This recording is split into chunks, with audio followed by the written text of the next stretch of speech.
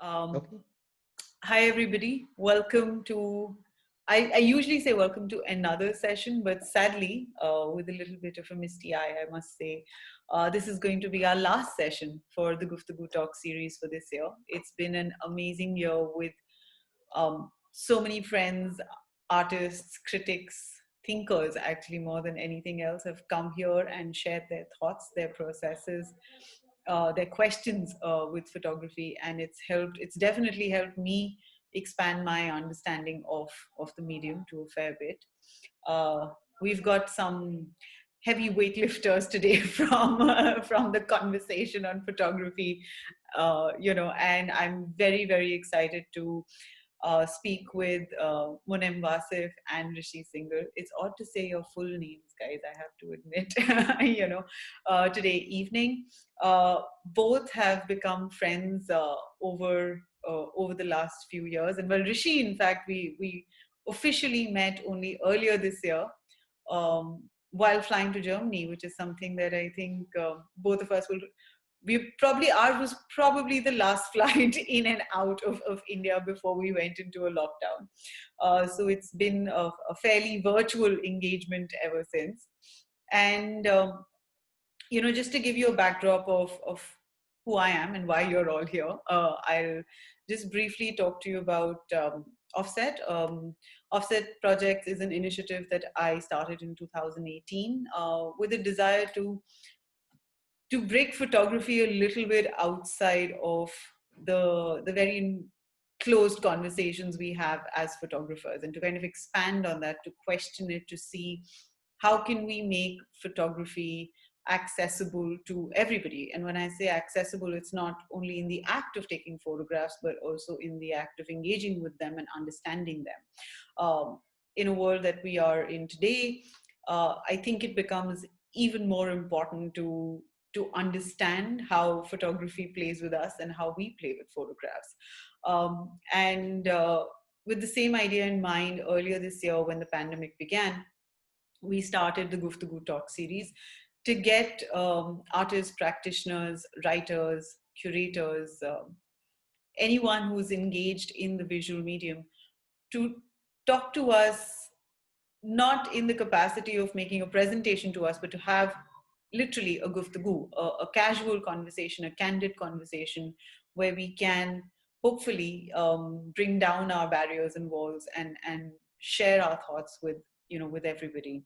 Um, this series of the talk series has also been supported by the Pro Helvetia New Delhi Center, who have given us a grant to help continue these conversations.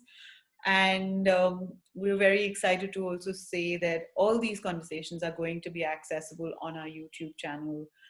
Give us a couple of weeks. We'll wrap up today and then edit everything and make it nice and pretty for you all to access. The links to all of this will be made available on our website and on our Instagram page. So I'll direct you to that slowly as we move into 2021. Moving from there to our conversation today, which is, well, keeping up with the photograph. There is a little bit of a tongue-in-cheek. I was trying to play with keeping up with the Kardashians. I don't know if many of you noticed that. But it also came from the idea that, well, it seems that the highest selling photo book at one point of time was a book of selfies by Kim Kardashian. And it is interesting to see how we respond to images, what role images play in our lives, and who the authors of photographs can be today. And in that scenario, where do we come in? Where do we come in as practitioners? Where do we come in as students? And where do we come in as people who are using photography for a very specific idea to communicate, to tell people how we see the world and what within that moves us.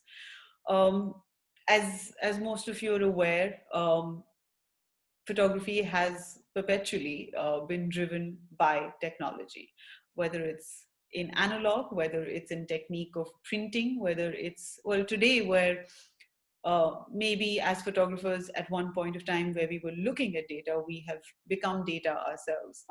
And in this talk, I was actually very curious to understand how do we, as photographers, as students of photography, how do we make sense of everything that's happening around us? We have, I mean, within South Asia, there's always been a limited space for to access educational opportunities, and very often when we say education, um, it can become very defined and very restricted within the definition of what we can educate. And as we are seeing, photography is moving beyond any definitions that we try to impose on it at all points of time. So we have both Wasif and Rishi today, who are practitioners of the medium. They are photographers and artists in their own right. But they've also engaged with academia. They've engaged with teaching students.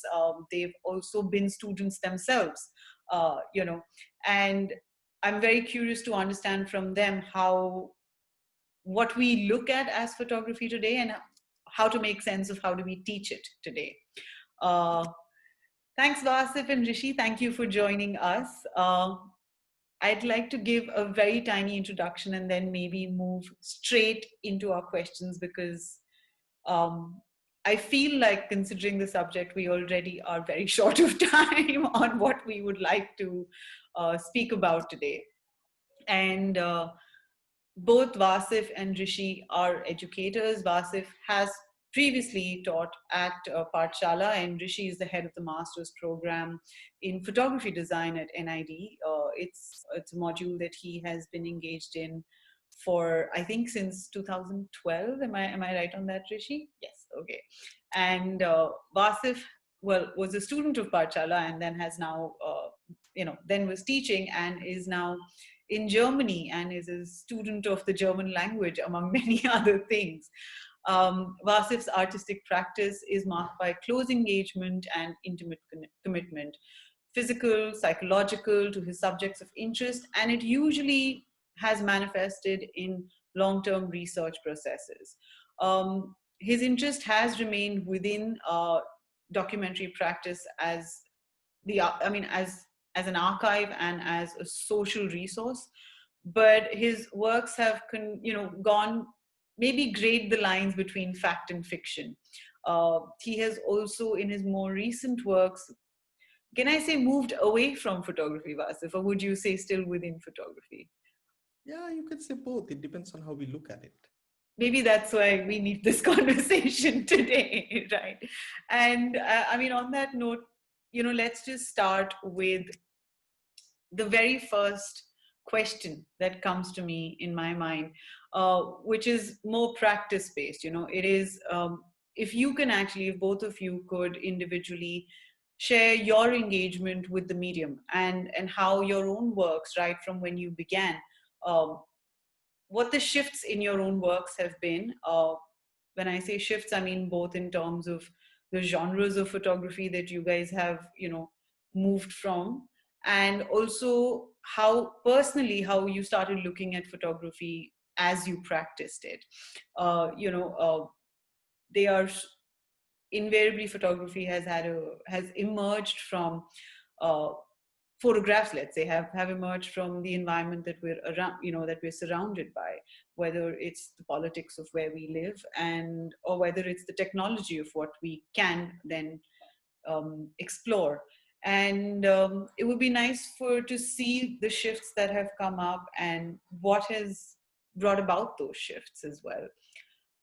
I'm maybe going to hand over to you, Vasif, from here, and then Rishi can share his experiences too. Cool. Thank you, Anshika, for inviting us and organizing this talk. We are all in three different cities, but somehow virtually got connected. Can you hear me Yes, properly? I can. Can you Um, hear me? yes. I will say, for me, it was always interesting that, like in the beginning, you wanted to do something, you were inspired by a certain kind of work, you were trained in certain ways. So, education plays a huge role how we see things, from which lenses, which perspective. which sort of aesthetical genre we choose to select. But for me, it was interesting when I was close to a point that I wanted to achieve. I worked it for 10 years, and when I went close, I started to see the flaws, and I started to feel this is not exactly what I wanted to do. And it was a very interesting and tragic moment because I was working on a very complex project on actually Islam in Bengal, or let's say Bangladesh after partition. And I worked for 7, 8 years, and I was not able to represent certain sort of complexity because I always have to explain context. And I was realizing the way I was building the narrative, I thought the work will change through the process of edit, because that's how we learned. You try to work with your images and you create a different set of meanings, but I was failing. And at one point I was invited to do a show in Paris, in a gallery called Le 247 by one of my friend. It was a small gallery, and I decided to show this project that I was working on in God We Trust. And I felt that if people in my part of the world don't understand this work, because there's so much context needed, how people in Paris will understand this. And I was talking with Ritu, and I was talking with my sister. And at one point, I was talking also with my father in a dining table, not about the work, but in general about the topic. And I suddenly realized this all three people in the lunch table has such complex idea about the issue, and we all disagree with each other. And I realized, wow, that's what I was trying to say about the multiplicity, about the complexity, about the overlappings of history in our part of the world, that is not monolithic. You can't just look at Middle East and start understanding what Islam in South Asia, it has different sort of trajectory, but how you talk about it also simply. Then I thought maybe the kind of conversation we had in the table,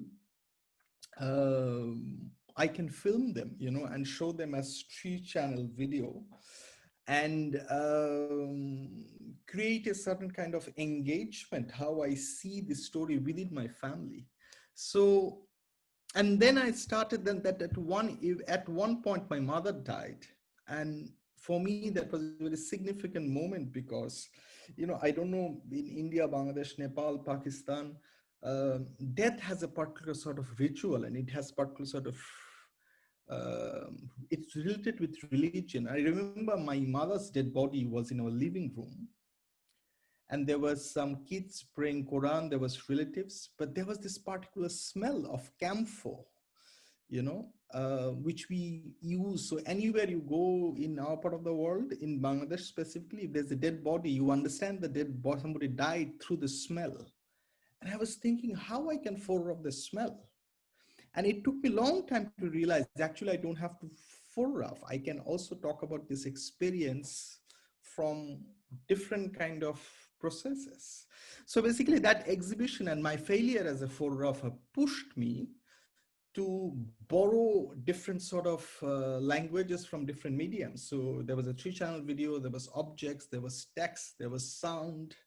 So there was some sort of urgency for me to go beyond photography and try to include all this material. But by saying that, at that period, I was in generally curious in the various idea of art, either is cinema or is contemporary art or is performance. So I was already trained my eye, not through the school, but myself, that there are different possibilities. So these all things came together at one point.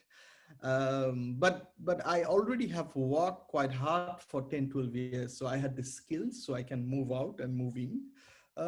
So for me, that shift was extremely important in my career to realize that there is also something beyond photography. At the end, it's all about what we want to say with our work.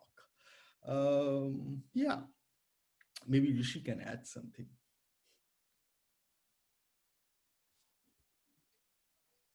Hey, wow, that was quite a response, Wasif.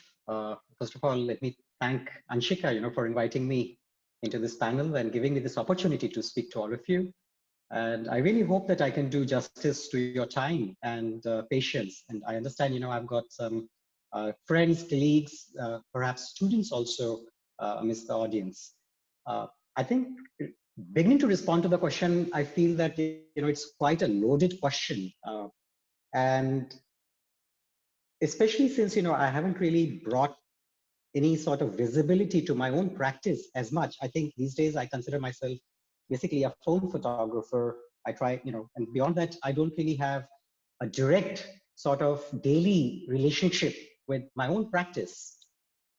And I think I'll try to maybe reflect upon it, what really constitutes practice, or how does one really become conscious of that engagement? Does it happen uh, at a very specific period after doing something, or can it happen anytime? So maybe, I can say that my engagement with photography probably started as a young kid. As I observed my father photographing me, my sister, my mother.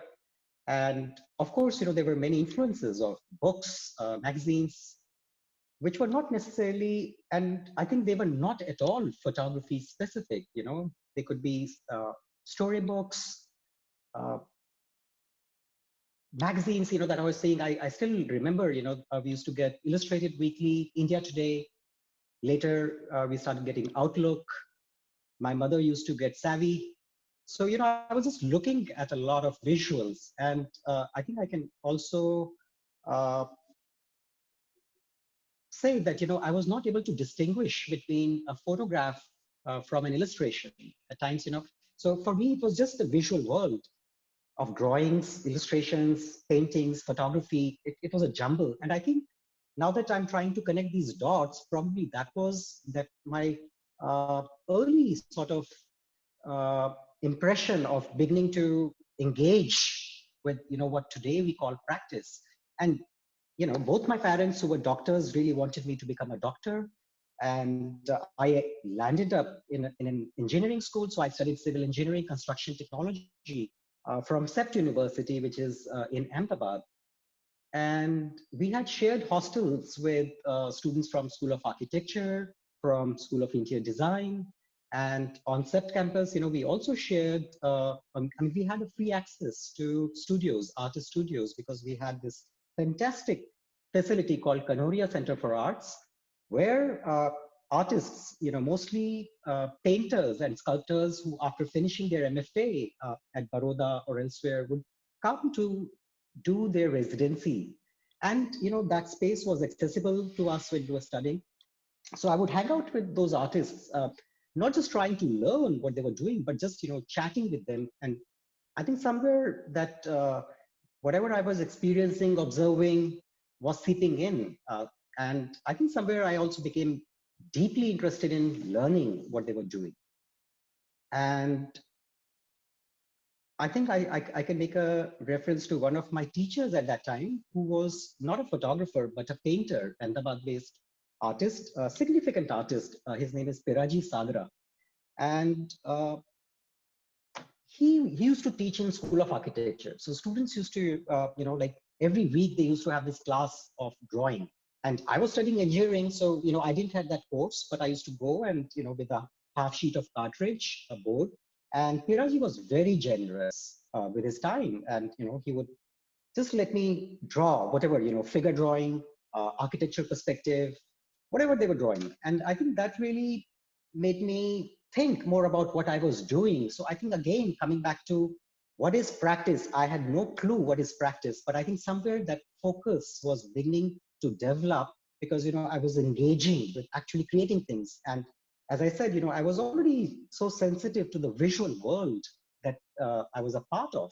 And I think this is also the time when I started borrowing cameras from whosoever could lend. And, when I say that, this is, of course, 35 millimeter film camera, because there was no digital camera at that time. And so I've used rangefinder, SLR. I had no training till then in photography, but, I just started fiddling with it. I just started experimenting with it. And also, while I was on campus, I would draw. I did wall murals, painting. But again, there was no focus because I was studying engineering, and the goal was basically to go for a master's in construction management or structural engineering or something. And gladly, I never made the decision because I stayed back in Ahmedabad even after I finished. And I think this was the time around 1998, 99. And I was beginning to work as a commercial photographer based in Ahmedabad. So I did a lot of commercial work in Ahmedabad. And this is also the time when I got invited to teach for the first time at the School of Interior Design, where we set up their first black and white darkroom. And so basically, what I'm demonstrating is how the dots are getting connected without my being fully aware of what is happening. So I think it is simply happening based on my interest and based on what we call a certain passion, a certain sense of wanting to commit to something without fully knowing where it would lead to. And I think I also realized that while I was working as a commercial photographer, that there was a lot more to photography that I was not aware of. And I was also not in any environment where I could in any ways draw from. Because see, I'm making a reference to a pre-internet era. So there was very, very limited access. I was not a part of any peer group, any focused peer group where I could engage with. And even looking for educational opportunities, universities, anywhere was so difficult because there was no internet. But long story short, I landed up in 2002 at Visual Studies Workshop in Rochester, New York. And at that time, the director of Visual Studies Workshop was Nathan Lyons, who was also the assistant director of George Eastman House in 1969. When a very, very important photography exhibition, a new topographics happened at George Eastman House. And this is a time, I mean, those of you who know the references, Friedlander, Robert Adams, all of them were showing, they were beginning to talk about, this is 69, like how they were looking at the landscape, the American landscape in a new way, in a more objective way. And so I'm just making a connection to how I started and where I'm landing. And at Visual Studies Workshop, I think this really became the moment for me when I became more aware of the history of photography. And I think that really changed so many things. All of a sudden, I became aware of who's Robert Frank. I'm becoming aware of who's Joseph Kudelka, so all these references. So my mind is full of these. And, we also had access to the George Eastman House. I worked there for some time. And I simply printed in the darkroom for entire year, at night. And this had nothing to do with the classes. Me and my friend Micah would print all night. And then we later did some exhibitions also. And this is also the time when I got introduced to, as part of my classroom education, I became introduced to video. I became introduced to 16mm film. And I think immediately after that, I decided to go for a master's experience. And I went to Syracuse University, where I did my MFA. And again, that changed so much, both in terms of techniques. I had no clue how to print color. I mean, I could not even differentiate between a magenta or a red, or a yellow and a green. But there I started doing C printing. I got introduced to color darkroom printing. And of course, all the theory, photography theory, cinema theory. I was also looking at publications. So that really made a huge difference. And I think, again, I was at a point where I was questioning what is practice? Because what I had done at Visual Studies was very different. And what I was doing while I was in India before I had gone as a commercial photographer was again very different.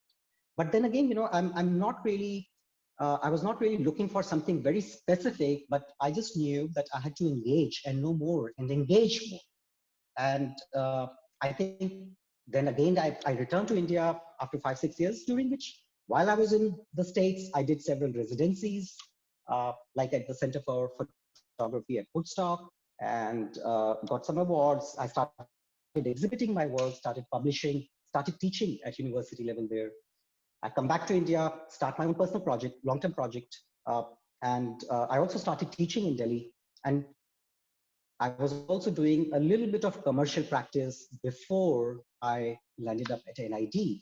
And speaking of understanding of practice, again, I would say uh, that somewhere teaching at NID, and meeting all these students who come to NID from different parts of the country, again created a perspective for me, because my education that I had received was in the West.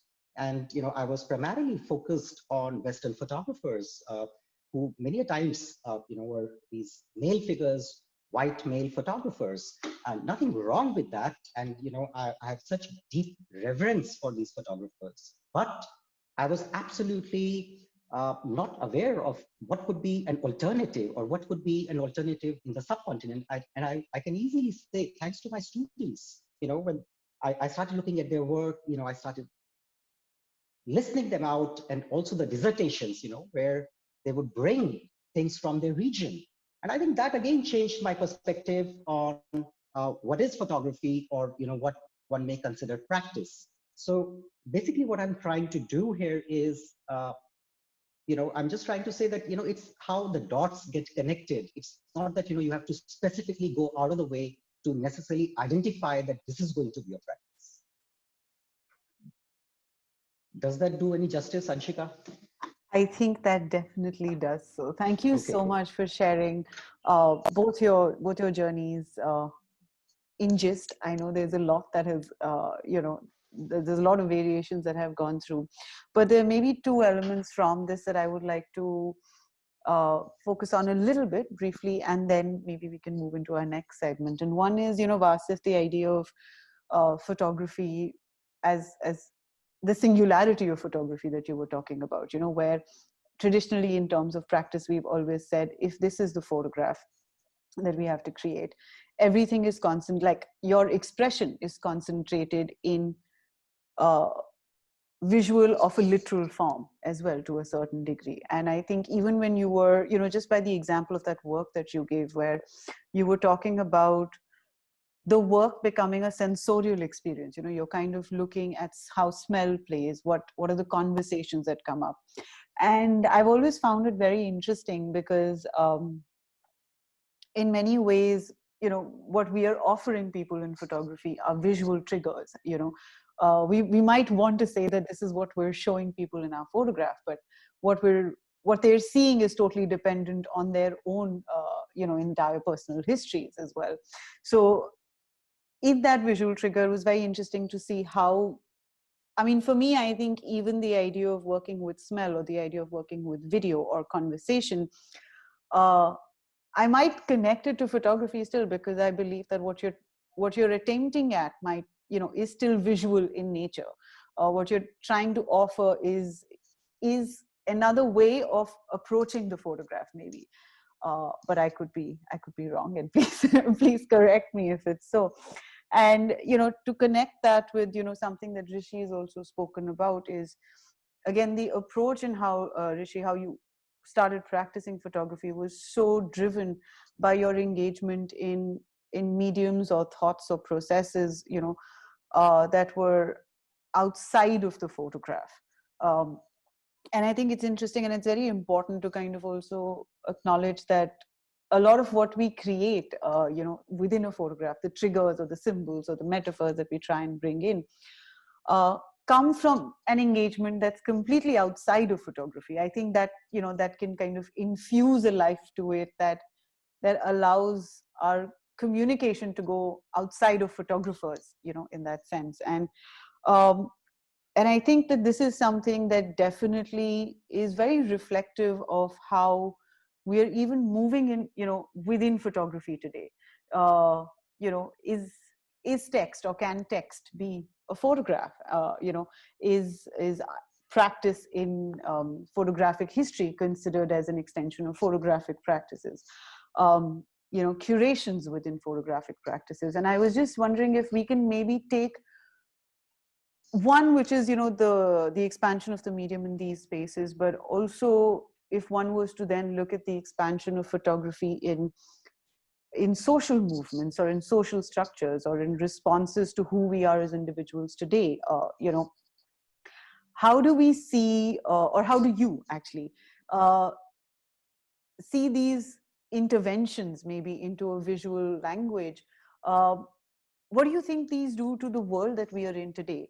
And I mean, just to contextualize it a little bit, it would be nice to also kind of look at, Vasif, as you said, there was one which was a personal desire to move out of uh, the still photograph, and then, and I know that you are now making films as well. You're looking at sculptural photography to a certain degree as well, and but at the same time, whereas there's one shift, which is more maybe in the artistic realm, there is also another shift in visual language, which is for everyday living, to a certain degree. It's how we um, it's like photography is our language for activism today. Photography is our response to the environment today, and in many ways, photography is also a certain anxiety towards how the world is looking at us.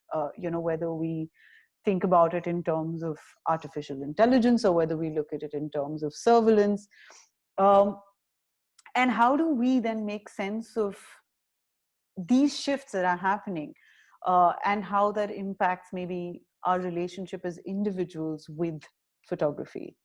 It's a fairly expansive question, I know, but maybe we can,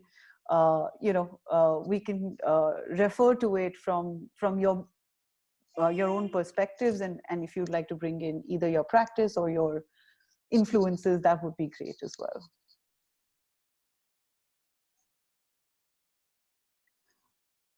Wasif, I think you're muted.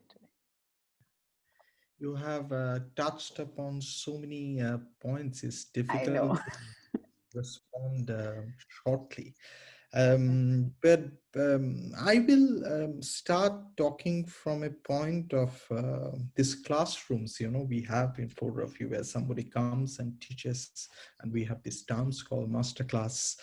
And also one good thing about photography, I think, it helps us to travel a bit. You see different cultures, you got exposed to different way of looking at things.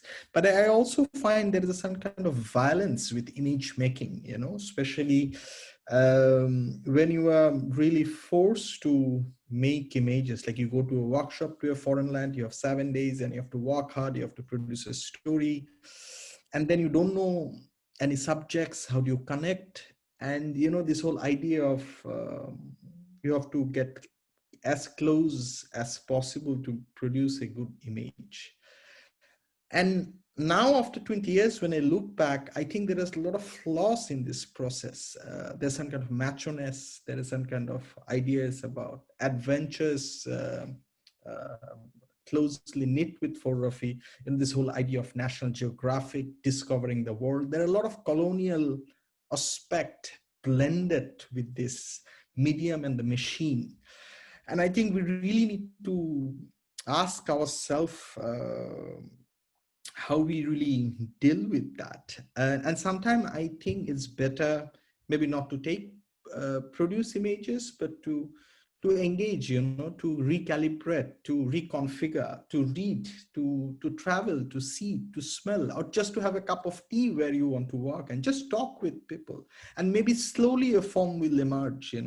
One of my favorite writer, Jorge Luis Borges, the Argentinian writer, he was blind at one point in his life, but he was still writing, and he's still reading. Somebody else was reading to him, and he says blindness is a blessing because it draws people closer to you, because people think you can see, and they're more they have more care for you, and he says that he started to look at certain colors because he was not completely blind, and he started to imagine the world from such a perspective that he have never imagined before.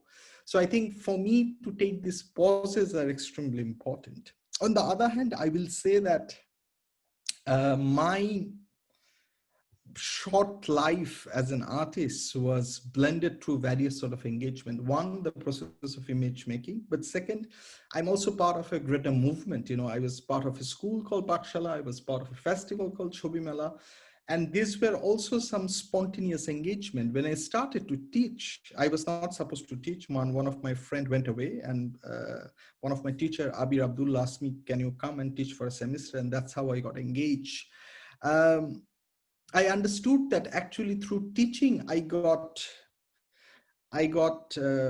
an idea about the history of photography, what Rishi said.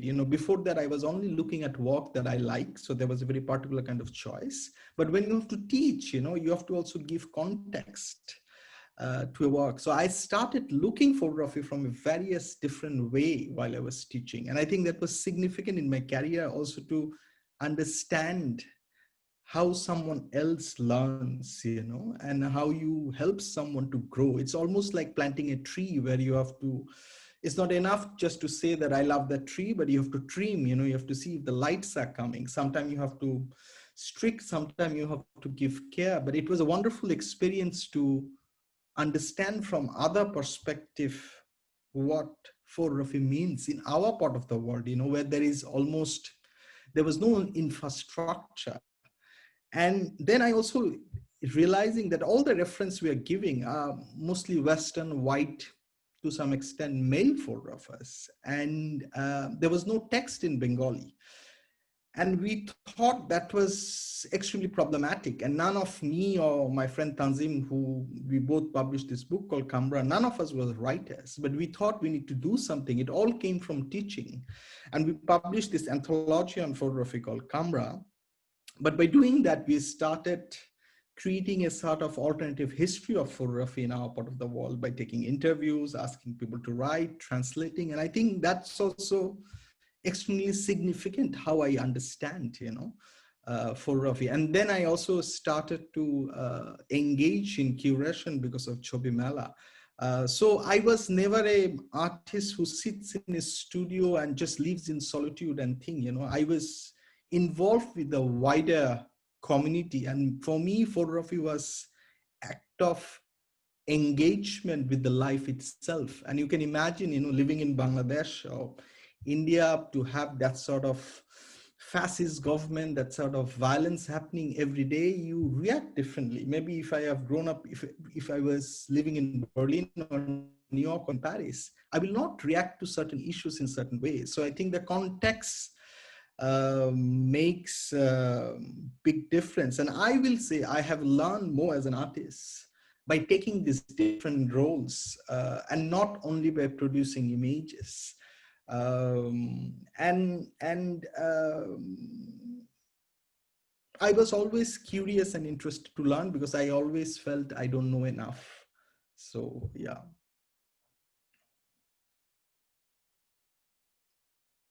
Okay, I think I'll just try to respond by saying that, I mean, there were a lot of things, so please excuse me if I forget and prompt me, if I skip out anything.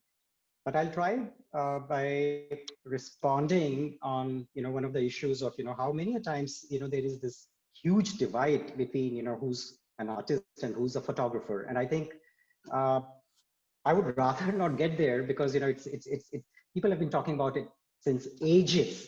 And I think it just depends, like if you want to call yourself an artist, call yourself an artist. If you want to call yourself a photographer, call yourself a photographer.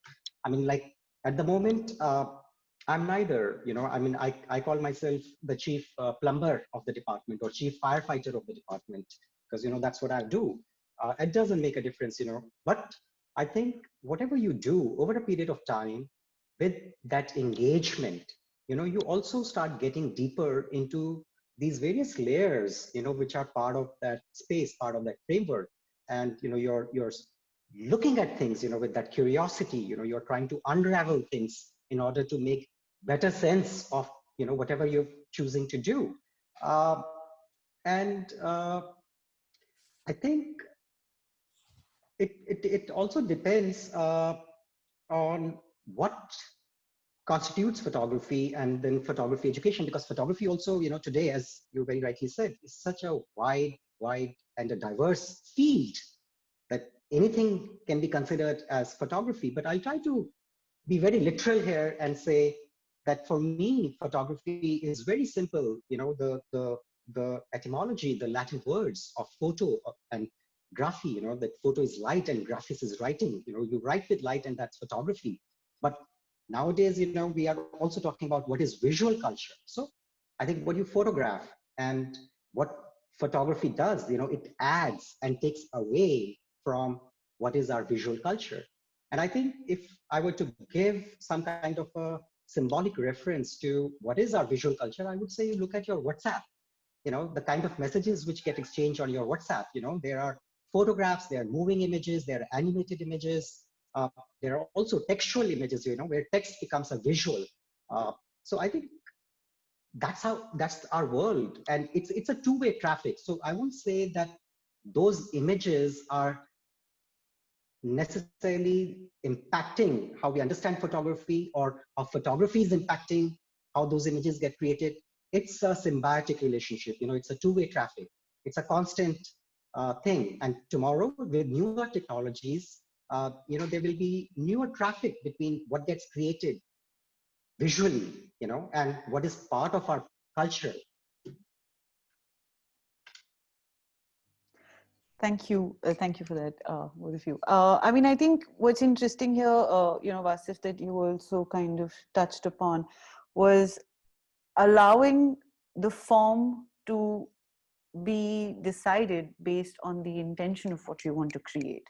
And it's, I mean, I feel that that's something that we sometimes miss out in educational formats that that exist, at least within the region. I know that there are massive restrictions that already exist, because of um, just lack of knowledge about the history of the medium.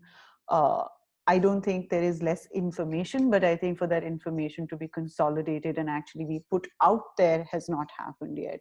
uh, and I think this is kind of what I really wanted to even propose as a question in the context of teaching photography.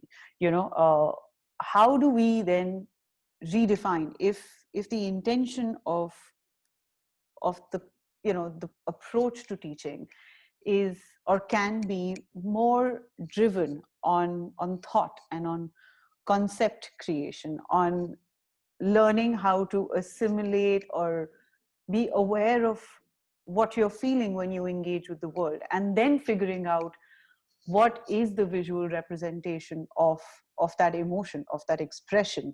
uh, you know how do we then redefine our approach to teaching today, teaching photography today? Like you said, there, of course, there's a lot that has been said that requires a lot more discussion and dissemination, to break down everything that we've said. And I think we could come up with an entire series of conversations if we got really down to it. But I think what I'm curious to know is that if in fact photography is or can be fluid, if it is not about the photograph, it can be different from what photography is, then how do we approach telling someone what is possible within photography? Are we currently focusing ourselves on teaching people how to make the photograph, or are we currently looking at how can we help students or help practitioners understand photography? And uh, in this in this separation of the two, I think what's important is basically to say, how can we create thinking professionals, where it's not about the craft of knowing your technicalities, although those are very important as well. Like you said, Vasif, for you to be able to expand your practice, you first had to know the foundations of what you had to break. And I'm wondering if it's possible for academia, for teaching, to incorporate this interdisciplinary approach, where we can um, maybe lay a seed for a student to understand if they want to go into a visual language, to understand if they want to even, from the point of view of even critical writing in photography. There are hardly any or many practitioners who understand how to approach critiquing photography or how to write on photography, because I don't know if it's because there isn't enough avenues for them to understand the education on it, or is it that the photography programs say maybe that's for the art space, and the art, the arts have kind of always kept photography as a separate space as well. uh, how do we integrate that? I mean, what was interesting was also, you were saying that one shift that happened for both of you was to understand the history of the medium, and that that made a big difference in how you were looking at your own practice, or how you were looking at photography as well. In many ways, the advantage that we've had in our region is that the photographer can become the critic, can also become the writer, can also become the curator. And I think that that can be very empowering, because then you're coming from a different perspective altogether, which is not as standardized, like academia is maybe not infiltrated into the process, and it allows for great experimentation in curation too, or great perspective when you have a practitioner then talking about photography as well. But and this is my own personal view, and I'd be happy if you could tell me otherwise, is that I feel that right now we get very focused on how do we teach this student to take this photograph, what are the techniques and the skill sets that we can offer them. And Rishi, this is something that you'd mentioned this phrase, I think, when we were talking a couple of weeks ago, where you said that in our universities and in our institutions, teaching is not to the fulfillment of awareness and education, it's to the fulfillment of a career. And that has, that premise has then completely impacted how photography is understood as well. And I was wondering if maybe both of you could expand on that for us a bit. Quickly, I always, again, your questions are quite loaded. So yes, I know. My apologies for giving you brief moments to, respond to them. A few things, the first question is, I don't think anybody is waiting for us to decide where the photography is heading. Photography has already moved away, moved in multiple directions. Just looking at places like Instagram, the kind of language you see mostly by non-photographers is a different language. The whole idea of vernacular photography has shifted. If you look at 80s, 70s, in the family album, the way people are taking pictures, that has completely shifted, because now people are taking pictures with phones that they sleep with. So you take a photograph of your friend, of a partner, from a bed, from a certain perspective that you have never seen before.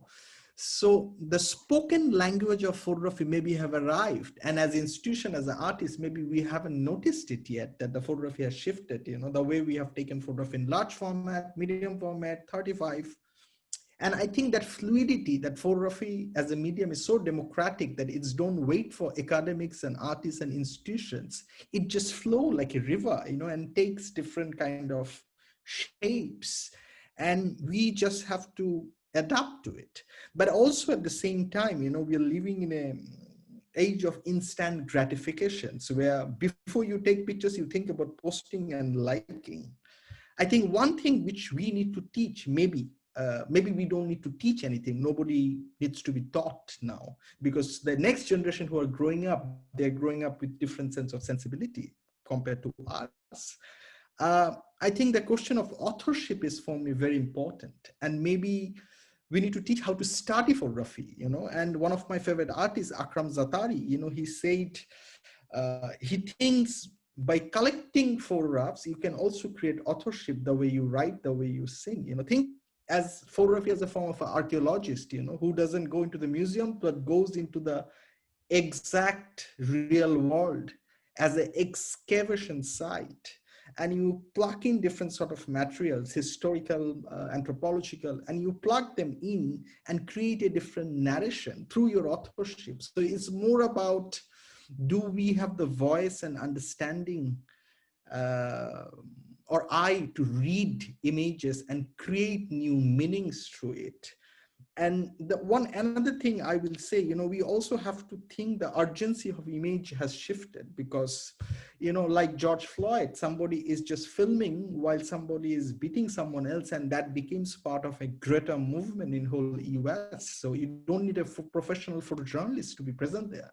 But on the other hand, there are millions of CCTV camera now, who are filming us all the moment. So we are always recorded, the millions of images. So the image making became part of the governments and the states apparatus. Somebody's watching us always. We are under surveillance, and after a short arrest in Bangladesh, we have realized in certain way that actually be online all the time and posting stuff all the time is not very wise, because somebody else can track you. So photography is not anymore naive. It has much more complex overlapping. And I think I will go back that if you think about teaching photography, for me, the question of authorship is extremely important. How you own your own work and don't give your work to a foreign editor to edit. And that's something very strange that, I think photographers were always treated as producers of raw material, and the text will be written by someone else sitting somewhere. I think we really need to change that perspective.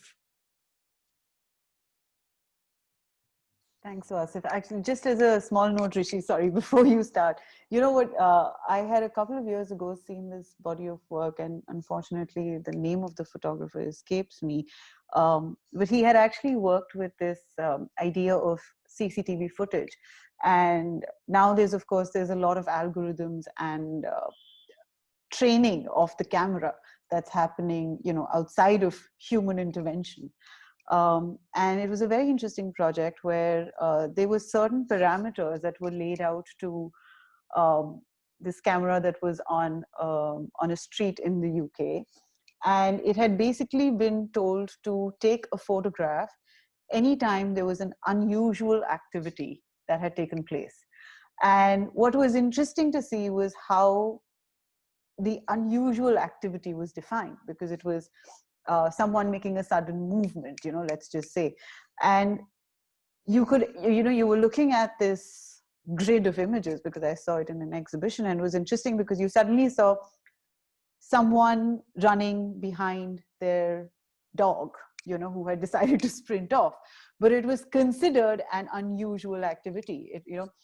Someone who had dropped their grocery bag because it created a sound. And suddenly these became triggers to monitor an activity and to monitor an individual. What's interesting also in, if one is to go into like the history of photography and how photography was developed, maybe to a certain degree, that in the development of your print, or how your negatives observed skin color. There was an entire community, there was an entire species, geographical negation of skin color and race that had happened as a result of that. And you would imagine that maybe, in today's world, when technology would take up, that one would be able to erase these distinctions. But what was also interesting was that when facial recognition technology was being applied in the States, there was a conversation that happened where actually your facial recognition, the algorithms fed into that, also made a distinction, because they were much better at detecting differences in the features for white skin as opposed to colored skin. So if you were someone who was going into a police database, and you were African American, let's say, and I mean, I'd like to share the study maybe later with people, but there were actually points where the camera would already decide that you had committed a crime, because it was generalizing you on the basis of skin color. And it's just an interesting thought that came to my mind while you were speaking. But I will go back to taking a back seat, and I'd like to hear Rishi as well. Yeah, so now I've lost it completely, because that was your Kardashian moment, Anshika. But Yes. should I respond to the first question that you had asked, or you just let's start from the first. I'll try to connect to whatever extent possible. So especially for young enthusiasts, students, people who are confused today about what photography is, and what they should be studying, because there are all kinds of photography institutions. When I look at our country, and I think every institution has a place. Everything is important. I would just say that the field is rich with options and possibilities. But then what do we do with these options and possibilities, these choices? How do we start making those choices is very important. And, speaking of these new technologies, as you mentioned, Anshika, and Wasif also mentioned, whether it is surveillance, whether it is, working with artificial intelligence, or even a lot of people are doing these 360 videos, etc.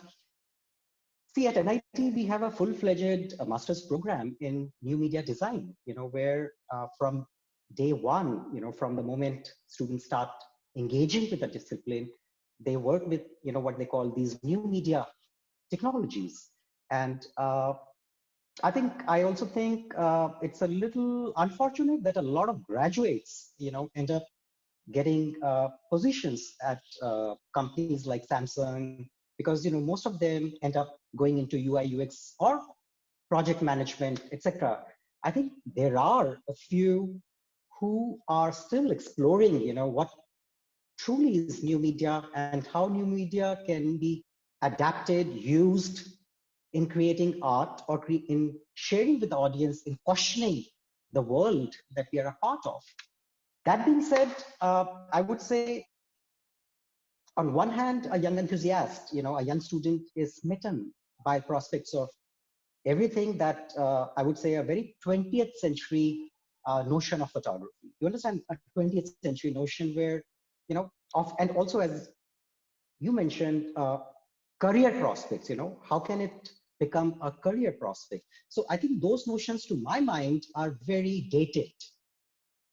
And many times, back in the day, like 20 years ago or so, the career options through photography existed in news publications, travel publications, fashion houses, glamour, lifestyle, advertising, etc., etc. I mean, the list is endless. And I think many think at times, and rightly so, that all these concepts are now dated, and that people should be doing some smart stuff, some cool shit like AI.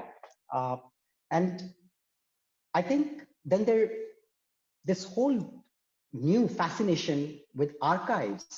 There is one section of professionals, teachers, curators, who are so fixated on photo archives. So I think it's cool to see, how when you look at the archives, sometimes young people think that it's cool to see, how people moved around back in the day when you look at those photographs from the past. And also, we are looking, it also becomes kind of a gateway to look into the past. Many of us are nowadays using, especially the nomenclature, the terminology. Everyone wants to do post-colonial work. How much do we understand that? But I think somewhere archives become the facilitators, in making us realize. But the moment you look at something, it is just a doorway. It's just a gateway into accessing the past. How you interpret it, how you make meaning out of it, comes from many other domains, of your understanding of history, your understanding of sociology, your understanding of gender equations, your understanding of domestic spaces, your understanding of how society has evolved over the years. And I think I would say, these are just some of these, let's say, genres, or some of these offshoots of, what photography could be today. And I think everything is fine. And then, we are in the subcontinent also, we are also seeing a steady growth and evolution of what we may call a festival circuit. And, and then there is a lot of material available for people to look at on social media. And I think that also leads to a whole lot of confusion in the minds of young people, because, they're looking at all kinds of stuff. See, I would just say this, that you become a little more aware of, what you are interested in, what ticks you, because everything has a place under the sun and the moon, in a way that I'm not going to say that what people were doing in the classical mold back, even in I would say, 19th century is still very relevant today, is still worthy of being taught, is still worthy of being practiced, But I think the trick is to what extent you are developing your own awareness of what you are claiming to be interested in or what you think you are interested in. So I think how does one become aware is the question. And I think one can become aware by observing more, by being also critical of choices that one is making. Because, I mean, it's not a play of whims and fancies.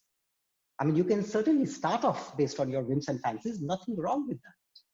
Because see, many a times academic spaces discount intuitive thinking, because most of the times it so happens that in academic spaces, we are laying a lot of focus on rational thinking, conceptualization, making proposals, working on proposals, having a script, working on the script, etc., etc.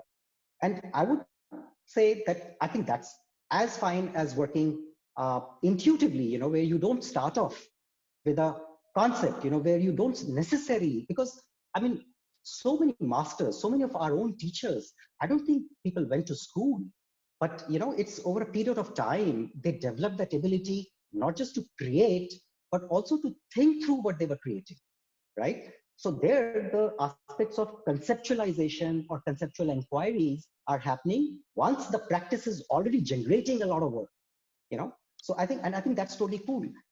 Now, yet another direction that one can take vis-a-vis the medium and education and what we are seeing around us is, on one hand, and I'm trying to create some kind of a binary here, because ultimately we have to get over the binary, we have to get beyond the binary. But so that understanding. So on one hand, somebody is saying that, okay, I'm very, very empathetic to what's happening to a particular community, and you want to create a story about it, a photo story about it, so that more people become aware of what's happening.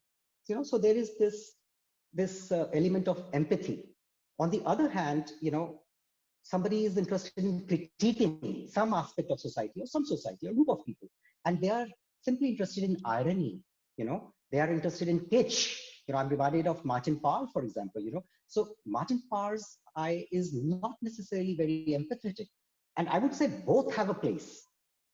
And likewise, when we try to create this distinction between digital and analog, I would say that is also passé. You can work digitally, you can work in analog, you can explore historic processes, you can explore any new emerging technologies.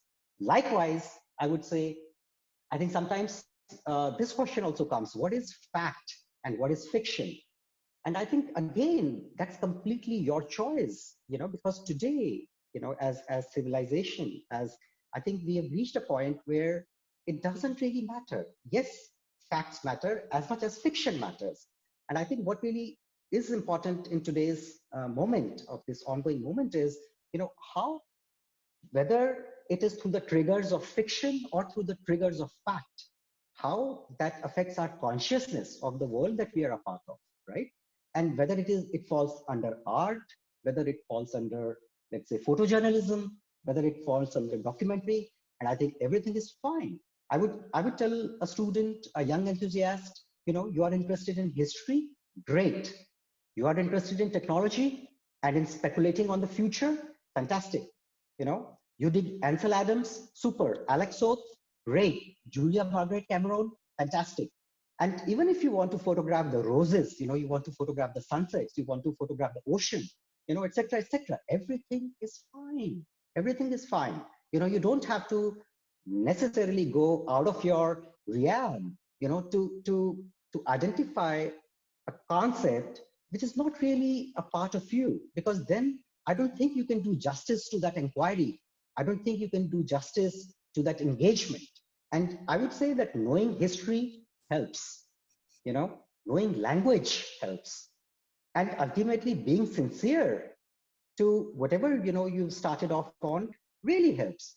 See, I would further add, in context of education, in context of institutionalized education, because the education can happen outside the institutions also, which happens all the time. But within the institution, I would say, see, there is an exchange of fees, right? So there is a certain consciousness of transaction. A young person is whatever, they're giving the fees, so there is a transaction happening. Now, I think somewhere I feel that this act of transaction gets somewhere confused with how we purchase stuff online, or you go to a mall, you make a transaction, or you get a service, you give some money, you get a service in return. I would just say that education is not like that. Yes, you are spending resource, and not just a financial resource. You are spending such important years of your life, your time, and I think that's such an important resource.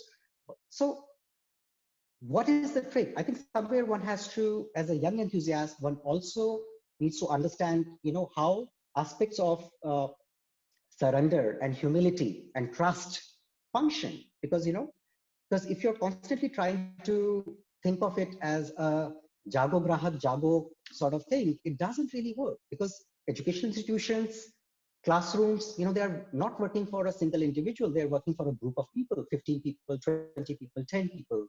And I think it's up to the individual to what extent they are able to absorb, engage, draw from that experience. And that experience could be in skill building, where you are learning processes, where you are refining your technical skills, or it could be in the conceptual domain, or in terms of history. And I also see, as I said earlier, that there's a lot of confusion due to social media. People see one thing somewhere, another thing elsewhere, and they're constantly bombarded by these images. So that also makes them at times underconfident that, oh, we can't do this, or I can't do this, and then they go into this shell. I would say, okay, I mean, if you like to look at stuff, but that does not mean that your practice needs to get impacted by what you're seeing out there, And I would end this by saying that, it's not a lucrative profession. So if you have a certain consciousness for, what we call placements, jobs, I would say, there are so many other professions where you would do so much better, at least there, it is guaranteed to a greater extent that by investing so much, by investing your resources, you're going to get this much return.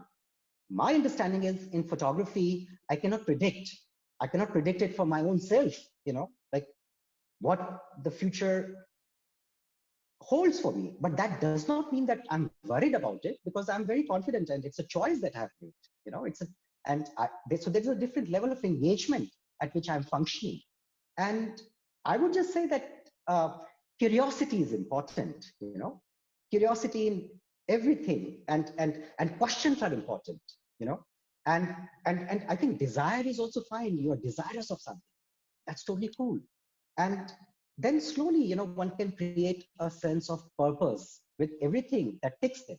And you just start working. You may have a singular trajectory, you may have, multiple trajectories, and over a period of time, it all starts making sense as long as you remain engaged to, I think, that sense of, what is sticking you, what is your thing. Thank you for that, Wasif and Rishi. I have many more questions that have emerged because of our conversation right now. But I think it would be only fair to first refer to the questions that have already been sent in, and then maybe if we have time, I will pick your brain a little bit more. I'd like to start with questions. I mean, if you guys would like to see the questions I'm reading out, you can just also look at the Q&A section at the bottom of your screen. The first question is by an anonymous attendee who's asking, as we are aware of the narration side of photography, what is photography more than narration? I'm wondering if it is photography more than narration. Maybe can I take a way to re-ask this anonymous attendee's question maybe. Wasif, I think you're on mute right now. I can't hear you. I love this position of anonymous attendee. It's such a reveal yourself. phenomena in our life that yeah, anyway, but I think the photography's power was light beyond narration always, I think. And of course, narration adds a wonderful chapter to photography. But I think the most beautiful thing in photography, which got lost with the dominance of photojournalism and reportage, and it became as an illustrative medium to illustrate an idea of a text. I think photography has a very poetic, ambiguous position where maybe you don't understand everything, but you are still interest the image, or the image drags you in. And I think that in betweenness in photography is the magic, which uh, people can read so much more, and it's not literal. Yeah. Rishi, would you like to add something to this? No, I think that's perfect. I mean, Okay. it could be this, it could be that. I mean, if you want to use it as a narrative tool, please. And if you want to just, use it in some abstract way, or, without necessarily creating any kind of a cohesive trajectory of meaning making, that's also fine. And I think there are so many references, so many masters in all these different sort of, or seemingly different domains that one can refer to, and learn. And I think that's cool. Great. Raghav Pastricha has a question for you in specific, Munem. He wanted to know, you mentioned fascist governments and how they can alter our response to issues. Given the use of deep fakes and computational images, which are becoming indistinguishable from photographs, how do you think our response to photographs will change? Another loaded question for you, Wasif. I don't think I can answer that. But the best thing is, I think people don't believe in photographs anymore. You know, that loaded position that photography is about truth, photography is about fact, is gone. You know, people manipulate images in every whatever way they can, either in TikTok or in Facebook, or different sort of people. So I think finally photography got liberated. We don't have to really represent a fact, but if we want, we can. On the other hand, I think, of course, there are manipulated images, but there are also so many honest and naive images laid out in every form of social media, which you can look and you can just feel there the beautiful innocence to that. So I think for the first time, we can see the way a wider range of people looking at the medium. Yeah, and I think the most powerful thing, at least we have in Bangladesh today, is the general citizens can make images, and a lot of times those images works as proof to trials, as evidence, as a lot of things. But I think that's also a limited understanding what photography can do.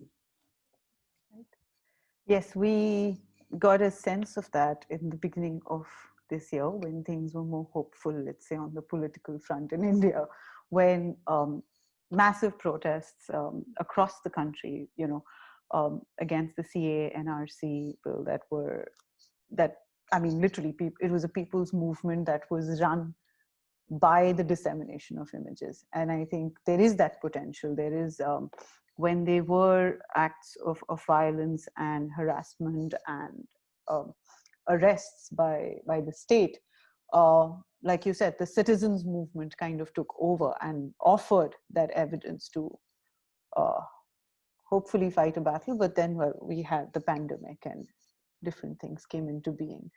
I'm going to move to Vasant's question, which I think is for both of you. Vasant says, thank you all for this wonderful session. In order to provide more learning opportunities for image making in South Asia, what avenues would be most effective? Mentorships, workshops, where exactly should funding be applied to support photo education and learning in South Asia? And where will funding have most impact? If I could add to this a little bit, from my end and add to the question, would be it's another thing that I've always questioned, where there is a format of workshops and mentoring that does take place, but does it really, like, mentorships work as extended periods of time, like knowing an individual over years maybe, or months sometimes.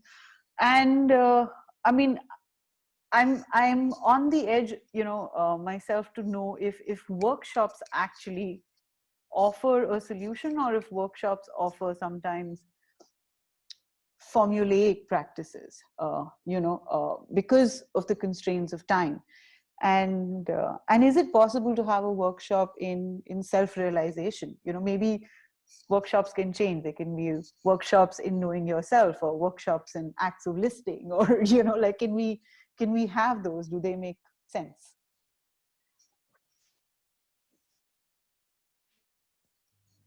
Maybe Rishi can reply. All right. So thank you, Vasant, for asking this question. So first I'll respond to your section and then to Anshika's. Uh, well, yes, I think subcontinent is a huge region, and I think there are very limited organizations, institutions, individuals. Although we have seen a whole lot of these new organizations and individuals come up in last decade.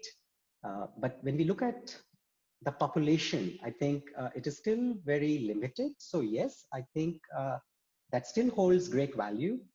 But I think somewhere the practitioners or the young enthusiast also needs to understand why they're getting into it, uh, because I think many times I've felt that just based on or interest, you get into something and then you start expecting something and then you realize it's not getting fulfilled.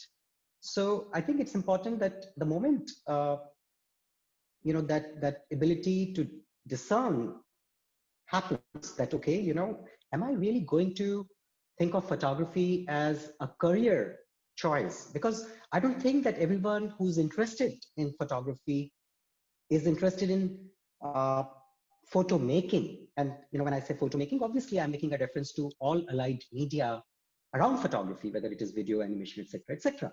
So I would say, okay, great, you are interested, but your interest and engagement need not necessarily make you think that it can be your career.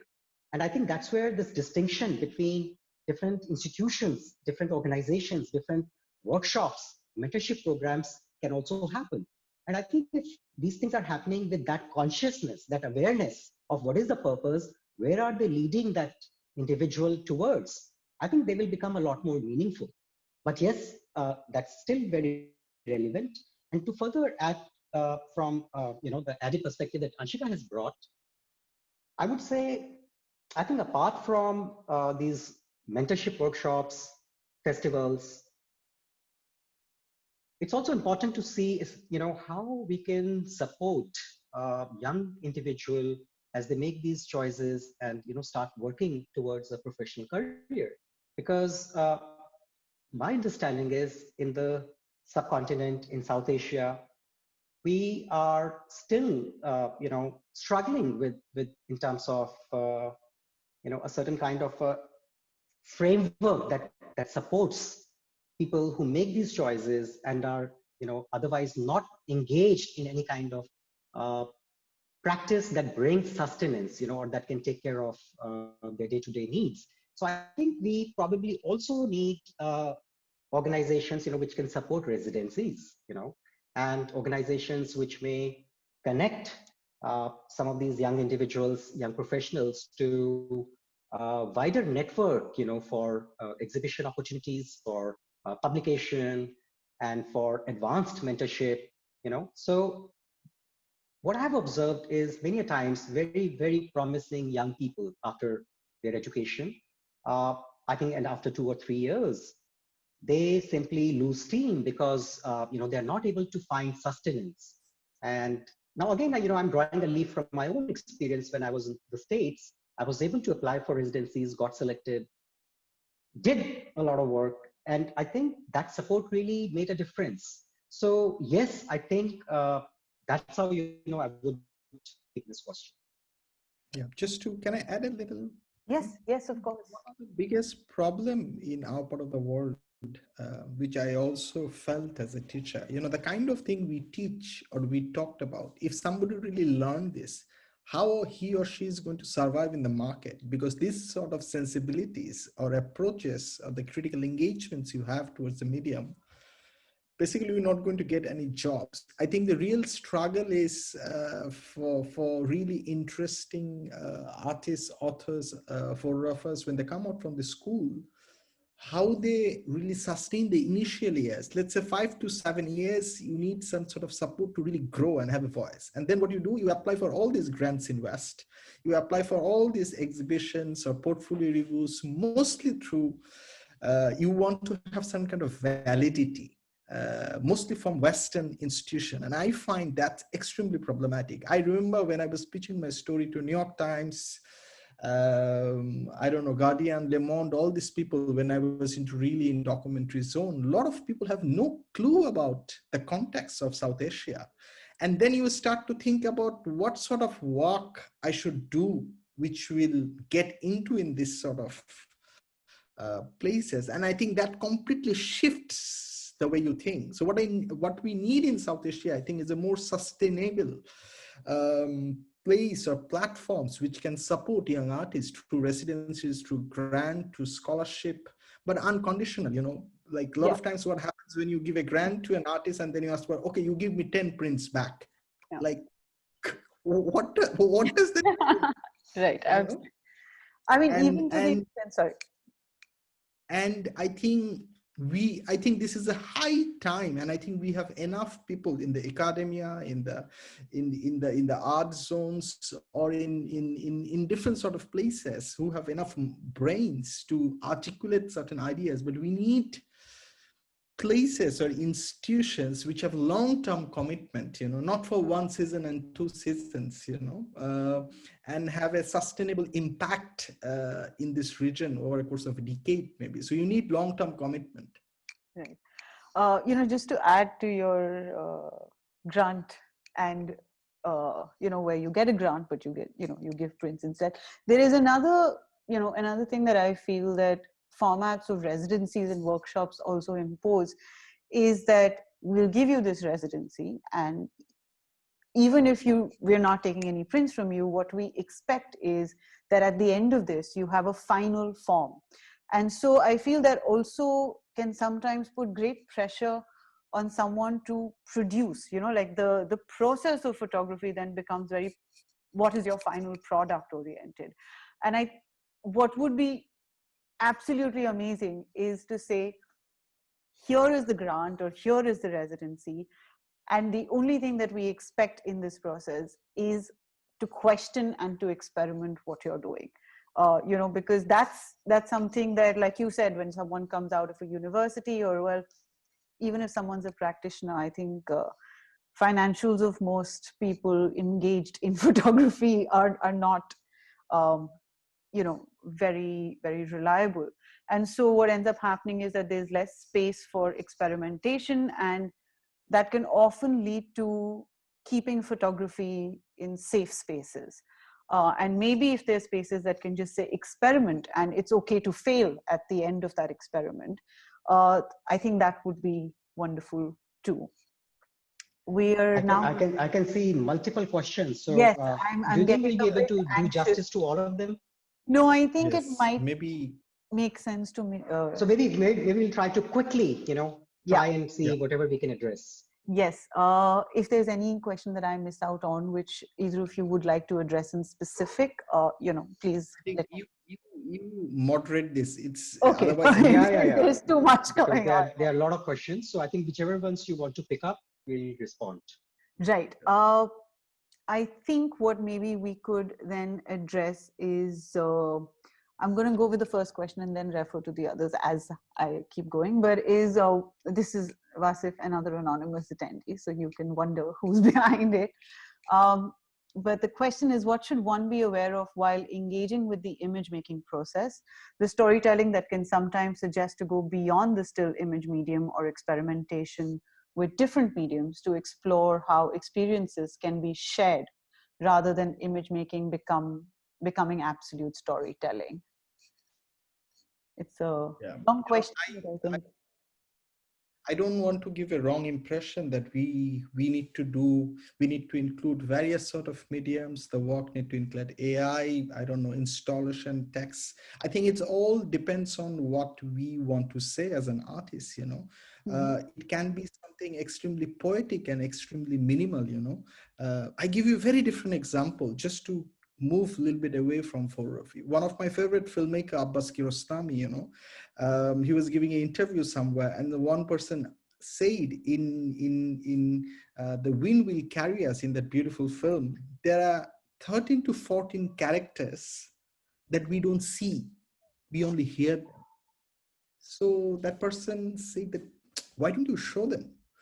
Then Kiarostami replied, you really don't need to, because just by hearing them, you get all the context. So sometimes I think we are living in an age where there are so many options. We also have to ask ourselves, what is meaningful to me and what is meaningful to the context, and just walk with that singular medium. And sometimes if you need millions of images like Roshid Rana, but just to create one image, you know.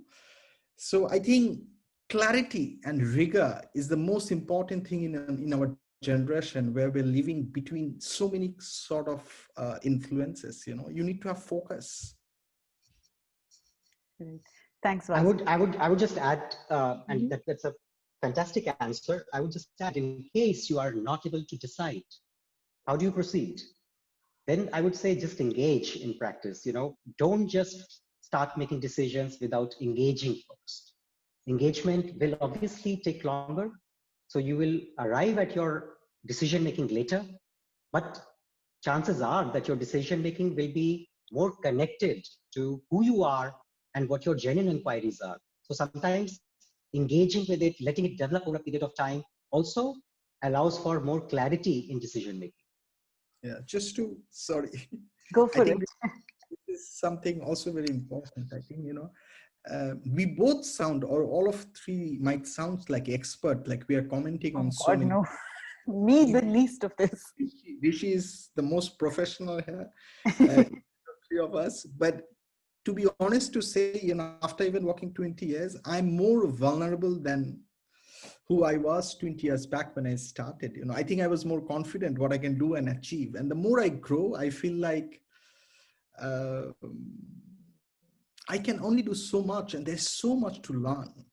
And and I think it's extremely important to do various sort of experiments, but not to show them. Keep the experiments for yourself. You know, this whole idea of you have to show everything every moment. You know, every year you have to have a new work. It's just nonsense. And you know, there are a lot of artists, great artists that we look into now. Let's say for Shirin Neshat, you know, this brilliant Iranian American artist. Once she came out of Berkeley, this art school, she didn't produce any work for 10 years because she didn't know what to do. And she worked as an assistant in a non-profit art institute.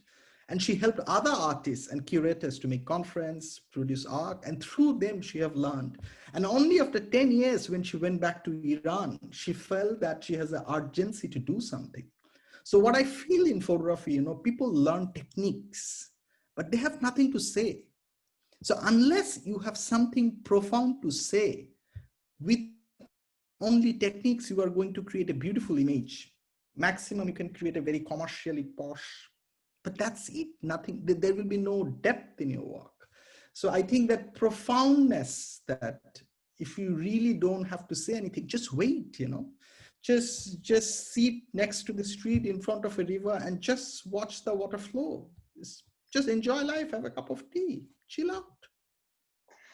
That's much easier said, I think, in today's world, Wasif, specifically. No, but I think once you start doing that, Yeah, you know, it really brings in that absolutely. lightness of being and engaging with the Maybe medium of that's what we choice. should teach, like how do you sit and be comfortable with yourself? Let's start with that, and then let's talk about what you want to say and what you want to create. I'm going to move to a question by Anshul Roy, that I think is something that we can address from a larger perspective as well, where he says, most of the art photography I see, I like the inclusion of art photography I see nowadays don't make much sense without the artist statement. Isn't this a big drawback that we need an artist statement as crutches to explain a body of work? And does it defeat the purpose of photography, that is to explain things visually?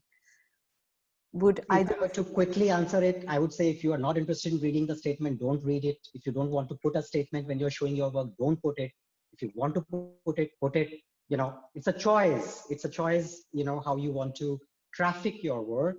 And it's a choice how you want to consume the work, you know. Vasil, is anything? Um, no, it's impossible to answer this. You know, it depends on context, where you're coming from, what you want to do. Um, Sometimes I think conceptual work don't have big artist statement. Uh, Sometimes conceptual work are more based on gesture. You know, um, I forgot the name of this famous Italian conceptual artist who have put breathe in all these balloons and put the balloons in the room, saying that now you can feel my breath, you know, how I breathe the air. You can write a big conceptual statement, but it's about the kind of intellect. It's about the idea. I think you should just anybody should just go in the directions they want. What makes sense to them. You know, there's no right and wrong. Thank you. I'm going to move to maybe the last question, for today, even though we have another 14, 15, 16, I think, if we were to even refer to the chat. And I'm sorry, guys, we just might not be able to complete all questions today. This is actually more focused on your personal practice as well. It's an anonymous attendee, so I'm going to say they have a question. Did either of you notice different forms or contexts stemming out of your personal archives, which you might have experimented with, especially the work that you might have overlooked at a particular point of time? Rishi, would you like? I think just since it's a very limited time, I would say, of course, yes, multiple times, you know. So the reading of your work changes over a period of time. The reading of it changes for yourself over a period of time, because, you know, you grow as a human being. You know, you pass through different set of experiences, you know, as the time passes by. So I think, for example, now in 2020, if I'm looking at the work that I was making in 1998 or 2002 or 2010, obviously, you know, like I can see so much more into it. At times, I'm repulsed by my own work. And at times, you know, I find new meaning in things which I never thought were precious to me back then. So, you know, so it's a constant cycle which shifts over a period of time. Some things do stay in a certain way. Maybe I'm only looking at 20 years, and that could also change later. Yeah, just to say something also a little bit funny but serious. As Danita said, you know, you need to work 40 years to build an archive. I'm too young to say that I have an archive. You know, I'm still working, and I'm trying to make my archive literally bit smaller in terms of not producing too many images, but thinking more about what art makes us do, you know. So imagine I have created a photograph, but what does it mean? What I'm going to do with it? So yeah, I think it's also important to enjoy life, you know, and to come to a point where life will dictate how the archive should unfold. Great. Thank you so much. There's a lot of questions on, do we really need to See, make? I can see a lot of questions. Maybe if you want, I can just read out a statement, you know, which I have from actually Paul Graham, Okay. which to my mind, you know, may address some of these curiosities. Yeah. You know, that There's people are definitely a wanting. lot of questions on whether we need to over intellectualize photography, and can we not just sit back and enjoy it? You know, what I'll do is, it's a very simple, at least, you know, my response is simple. Then, you know, what you make of it is your choice. Paul Graham, for those who do not know, is a very, very important figure in photography education. writing, thinking.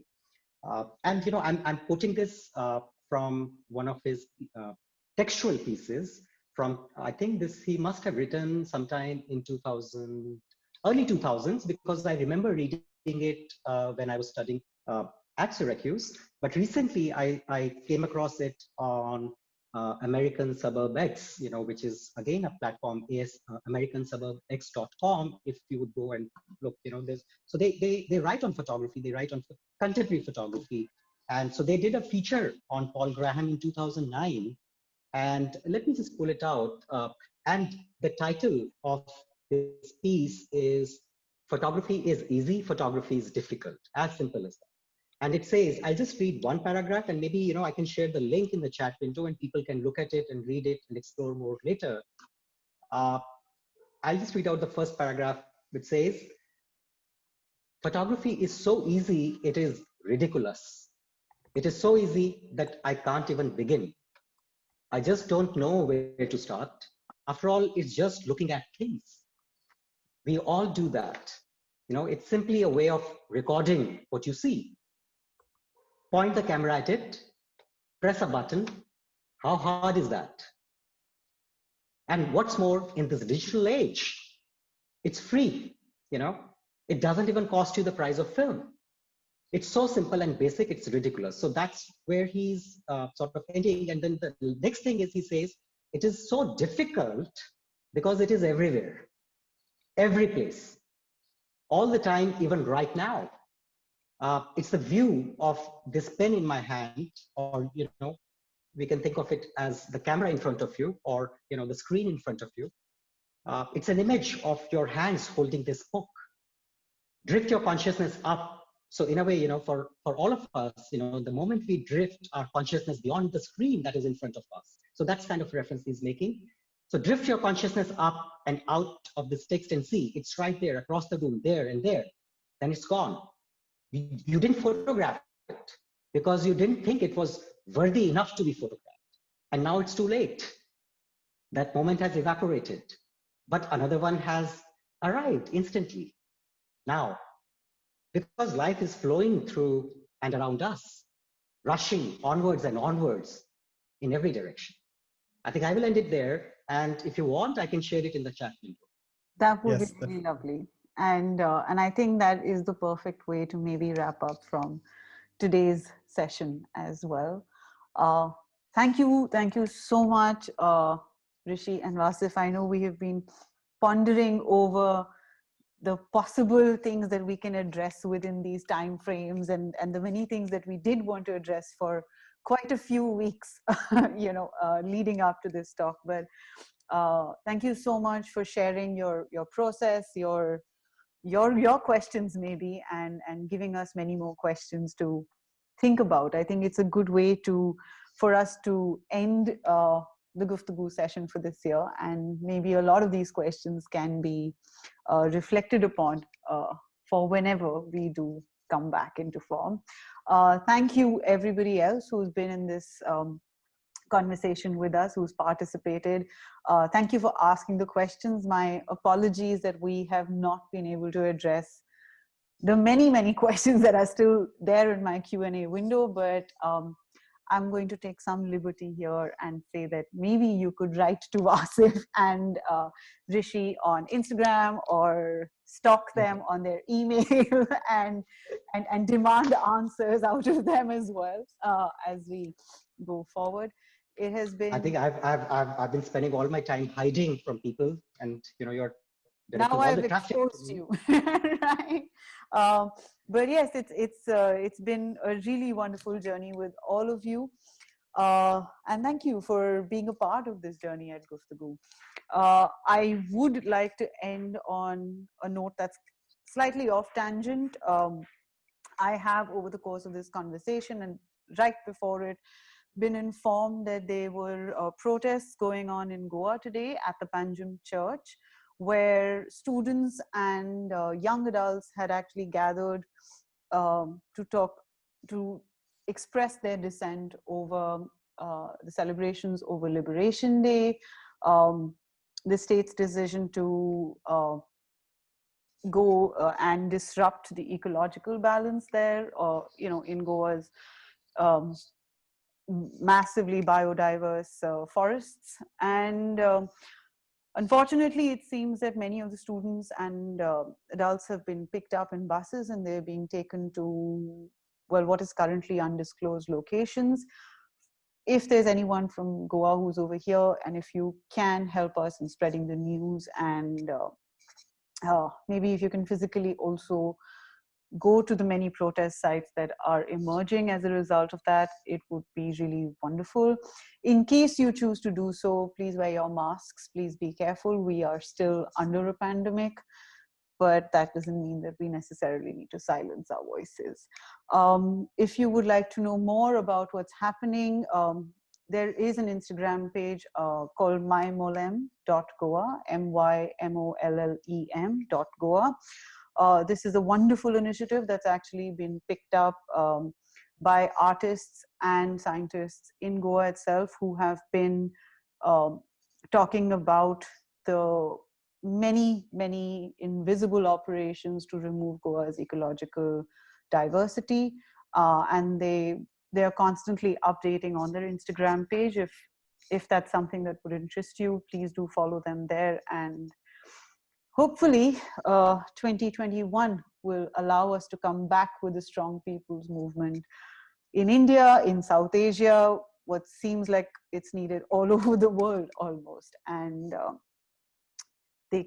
I'd like to believe that things can change. And I think if we believe that somewhere it can manifest itself. On that note, thank you everyone, and have a great end to this year. And let's gear ourselves for 2021 now, and the journeys that we might have to undertake then. Thank you, and have a great weekend. Bye-bye. Thank you, Anshika. And thank you, thank you everyone for your patience. I really hope, that all of us can retain our optimism. I mean, these are very difficult times.